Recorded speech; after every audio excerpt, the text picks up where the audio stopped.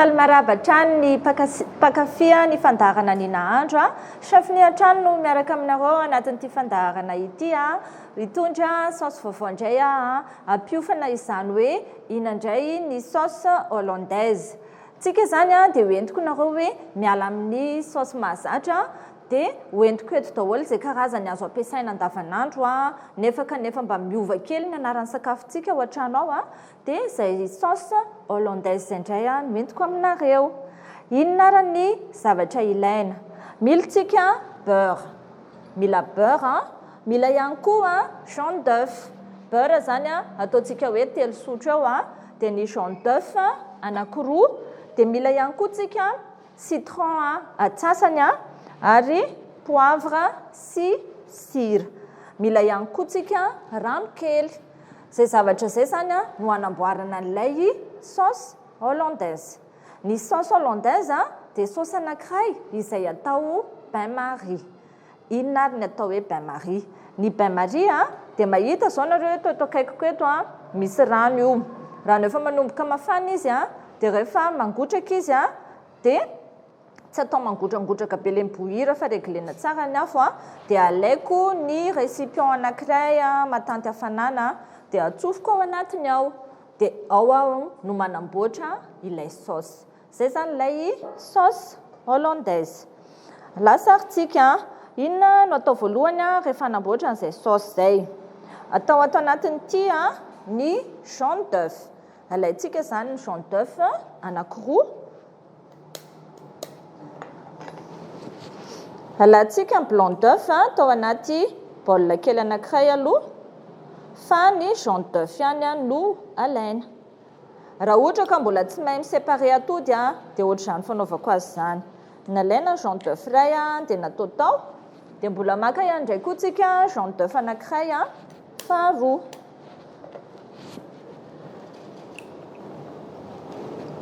Ezahana mba ho atody vaovao hatrany no ampiasaina amin'izay tsy mora vaky ilay jaune.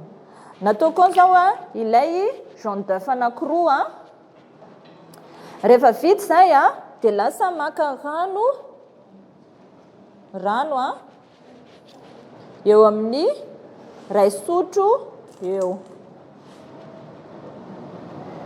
Rehefa vita izay, io zao ilay rano fa efa mangotraka be dia ezahako izy tsy tena hangotraka. Ny antony ty atody ty raha vao mamay be dia lasa mivaingamaingana. Ny zavatra ilaitsika nefa crème. Dia izay mahatonga anazy alatsako kely ilay afo.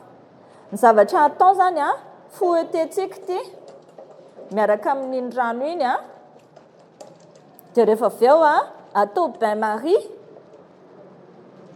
ao anatin'ilay rano mafana ao. Zao zany izy dia apetrako ao dia atao bain-marie.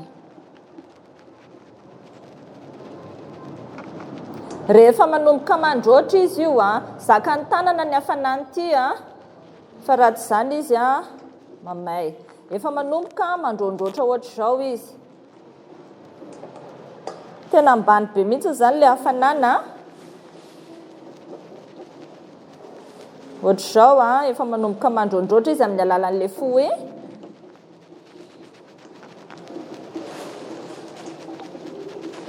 Rehefa vita izay dia raisitsika ilay beurre dia arotsakitsika tsikelikely ao anatiny ao dia sady tohizana fouettena ihany. Mitsonika ny beurre satria efa mafana ihany ny ao anatiny ao ohatr'izao zao ny zavatra hita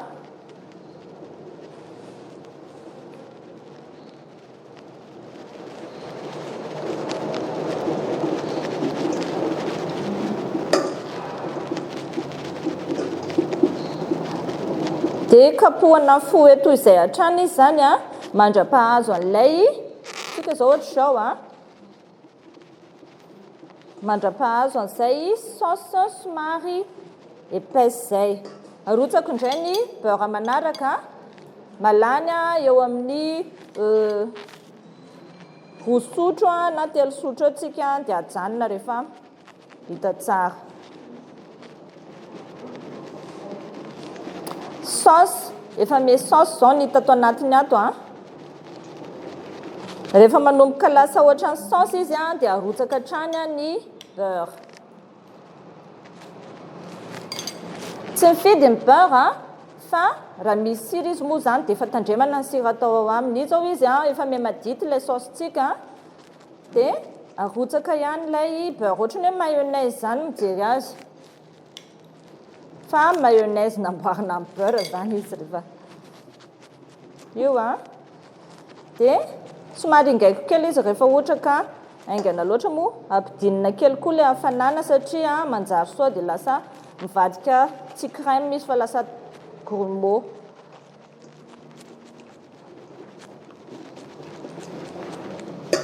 arotsakitsika hatrany izy a dia tohizana kapohana amin'ilay fouet ihany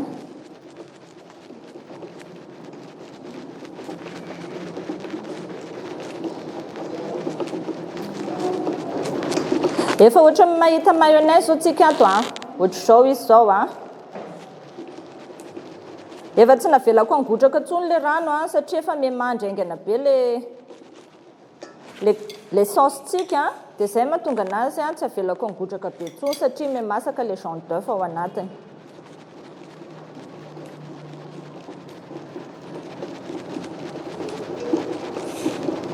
ohatra ny hoe mayonnaise mihitsy mipoziny ato a ohatra zao zany a ilay saosyntsika ampiko an'ity farany a eo amin'ny roa sotro eo zany zay ny lasa zaka ny tanana tsara ty hafanana ity zay ny hafanana ilainy a fa raha tsy zany a mivadika le jaune d'œuf dia fouettena tsara en fouet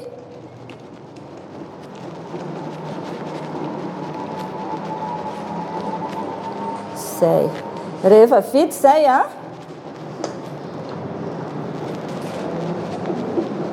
vadika dia nahazontsika ny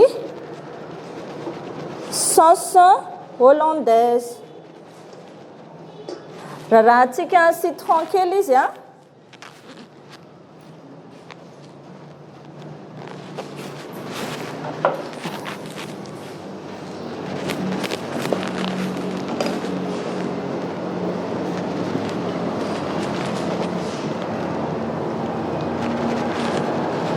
dia tohizana kapohana ihany a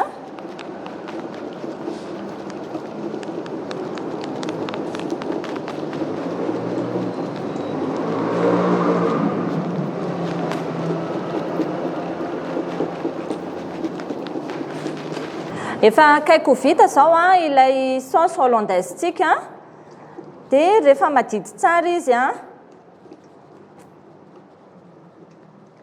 dia ataontsika ao anaty baolina kely amin'izay dia mahatsara anazy a rapena ao anatiny a ny fromage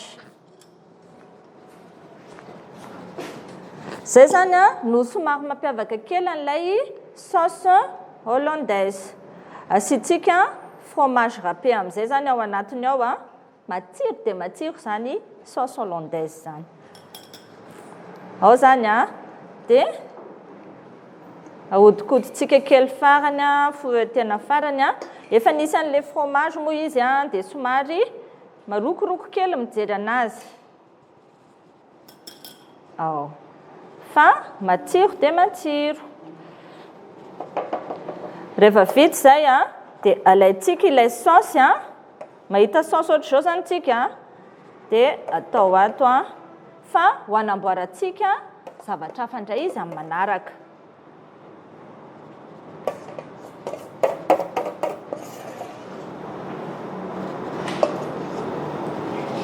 tsara be izy a misy an'ilay fromage a dia afaka haingontsika kely amin'ny fromage amantara anazy hoe sauce hollandaise misy fromage tsara ataoko ohatra zao zany a.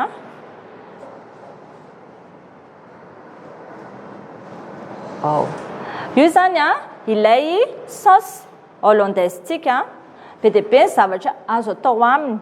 Anisan'ny azo atao aminy zao ny gratin de chou-fleur, gratin de pomme de terre, eo ihany koa ny saosy hafa. Fa rehefa atao zany le saosy dia zao ny baziny hoe jaune d'œuf nampiarahana tamin'ny beurre dia nasiana fromage dia ny sira sy ny poivre moa zany iny le manome goût fotsiny fa natao bain marie. Zay zany ilay saosy hollandaise. Zay indray raha fandarantsika fa azadino no manaraka ny formation rehetra izay misy ao amin'ny CFPNI indrindrandrindra ireo promotion izay mandalo amin'ity herinandro ity dia vonjeo ny CFPNI akaiky anao. Zay indray fandarantsika fa manaraka indray.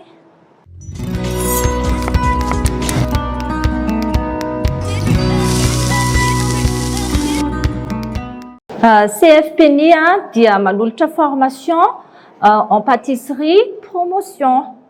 Isaky ny alarobia hariva eny amin'ny CFPNI rehetrarehetra izay akaiky anao dia mampanao formation en pâtisserie promotion. Ohatry ny ahoana zany hoe promotion zany 10 000 ariary isaky ny miofana no aloha. Zany hoe isaky ny larobia hariva no mandoa 10 000 ariary. Tsy miantoka ingrédient tsy miantoka ninninina mihitsiny fa tonga mianatra dia mandoa 10 000 ariary dia mahay zavatra maro be. Ka misy programme isan-karazany izay ahavitana ny fampiofanana pâtisserie complet na feno izay ahafahana manao fanadinana ara-panjakana.